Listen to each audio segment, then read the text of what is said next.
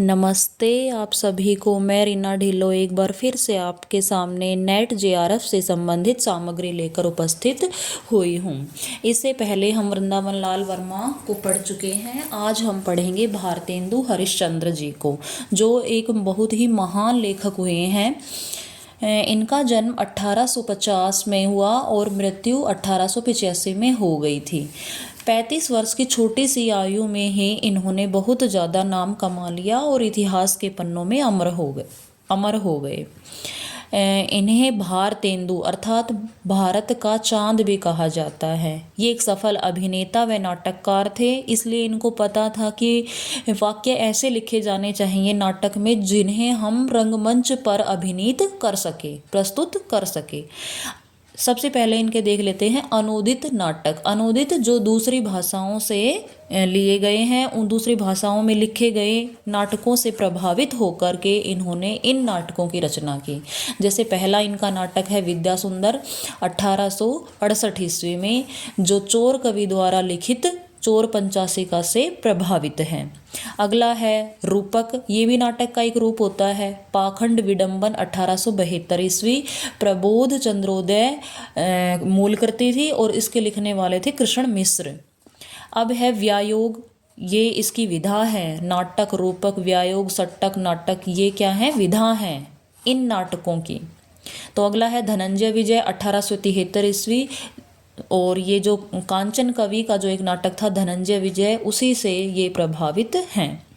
अगला है सट्टक कर्पूर मंजरी, ये नाटक का नाम है कर्पूर मंजरी और ये इसकी विधा है। ठीक है, ये 1875 में प्रकाशित हुआ था। जो राजशेखर जो लेखक हैं, उनके जो नाटक कर्पूर मंजरी से प्रभावित होकर इन्होंने इनको लिखा। अब है मुद्रा राक्षस 1878 में प्रकाशित हुआ और विशाख दत्त के मुद्रा राक्षस नाटक से ही ये प्रभावित होकर इन्होंने इसको लिखा। अब है दुर्लभ बंधु 1880 में प्रकाशित हुआ था और ये जो शेक्सपियर का एक नाटक है, कथा है मर्चेंट ऑफ वेनिस, उसका ही हिंदी अनुवाद है। ये उसका मतलब भारतीयकरण कर दिया गया है हिंदी में दुर्लभ बंधु नाम से। अब है इनके मौलिक नाटक जो इन्होंने स्वयं लिखे हैं। वैदिक हिंसा हिंसा न भवती 1883 ईस्वी में, और इसमें जो सामाजिक पाखंड है, दिखावा है, ढोंग ढकोसला है, उस पर प्रहार किया गया है। सत्य हरिश्चंद्र इनका 1885 ईस्वी में प्रकाशित हुआ, जिसमें नैतिक मूल्यों को उभारा गया है।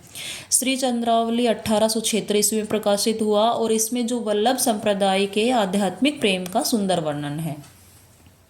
विशेष्य विष्मोषधम 1876 ईस्वी में प्रकाशित हुआ और इसमें जो गायकवाड़ की जगह है सयाजी राव के प्रतिष्ठित होने की राजनीतिक घटना का वर्णन है। इसके बाद आता है भारत जननी, बहुत ही प्रसिद्ध इनका जो नाटक है 1877 में प्रकाशित हुआ और ये देश के लिए अपेक्षित सुधारों का इसमें वर्णन किया गया है कि भाई हम अपने देश के लिए क्या कुछ कर सकते हैं। ऐसे सुधार इन्होंने इसमें मेंशन किए हैं।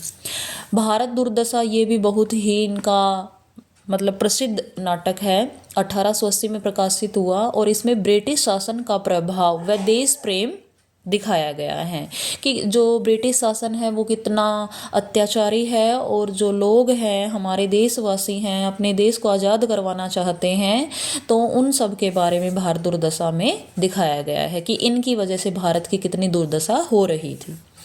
नील देवी 1881 में लिखा गया और इसमें नारी विषयक दृष्टिकोण है। देखो, भारतेंदु हरिश्चंद्र ने नारी को भी पीछे नहीं रखा है। उन्होंने नारियों से संबंधित भी बहुत कुछ लिखा है कि उनकी भी समाज में प्रतिष्ठा होनी चाहिए। आगे चलकर ये एक बाला बोधिनी पत्रिका 1876 में निकालते भी हैं, जो 4 वर्षों तक चली थी, बाद में बताऊंगी। अगला है अंधेर नगरी, ये इनका एकांकी है और बहुत ही अच्छी ये एकांकी है, मैंने पढ़ी है। 1881 में प्रकाशित हुई थी और तत्कालीन शासन पर व्यंग्य किया गया है इसमें। ये देखो, जल्दी ही इनकी डेथ हो गई थी तो कुछ कृतियाँ इनकी अधूरी रह गई थी।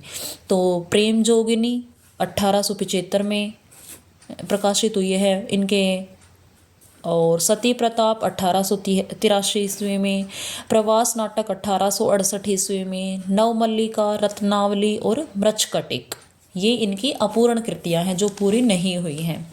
अब जो इनका नाटक विद्या सुंदर बहुत ही प्रसिद्ध नाटक है, उसकी कहानी क्या है, उसकी विषय वस्तु क्या है, वो हम देख लेते हैं।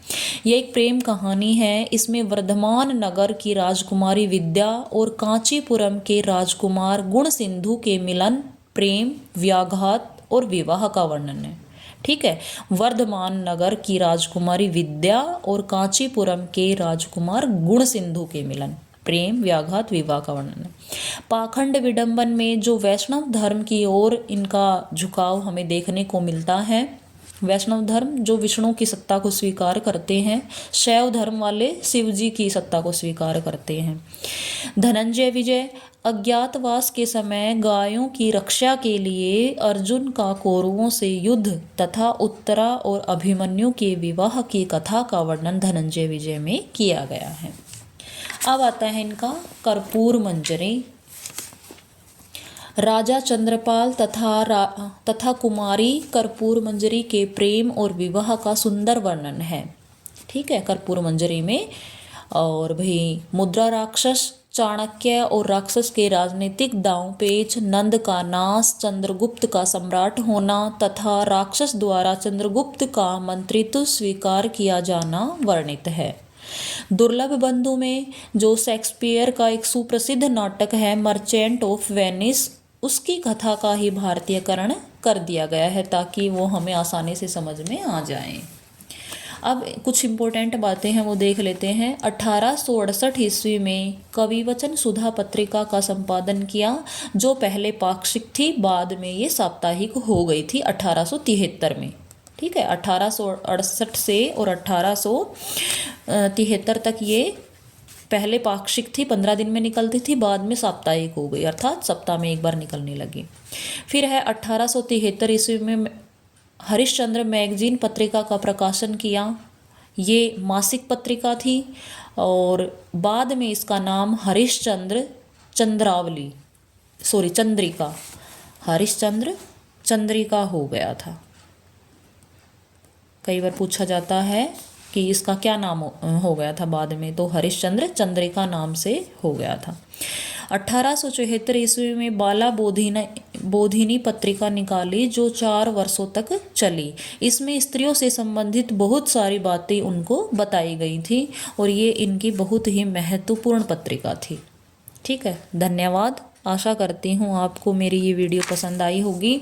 अगर आप नेट, जेआरएफ, पीएचडी से संबंधित जो भी जानकारी प्राप्त करना चाहते हैं तो कमेंट में लिख सकते हैं। अब की बार एनटीए ने नेट का पेपर 3 स्टेज में कर दिया है। तो उसमें क्या है कि जैसे पहले स्टेज में जो जेआरएफ निकालता है उनको पीएचडी में एडमिशन मिलेगा, साथ में फेलोशिप मिलेगी और वो असिस्टेंट प्रोफेसर के लिए भी एलिजिबल होंगे। सेकंड में क्या रहेगा, जिनका नेट क्वालिफाई होगा वो पीएचडी के लिए एलिजिबल हैं और असिस्टेंट प्रोफेसर के लिए भी एलिजिबल हैं, परंतु उनको फेलोशिप नहीं मिलेगी। ठीक है, तो इस प्रकार से यदि और कोई भी जानकारी आपको प्राप्त करनी हो तो कमेंट में लिख सकते हैं। धन्यवाद।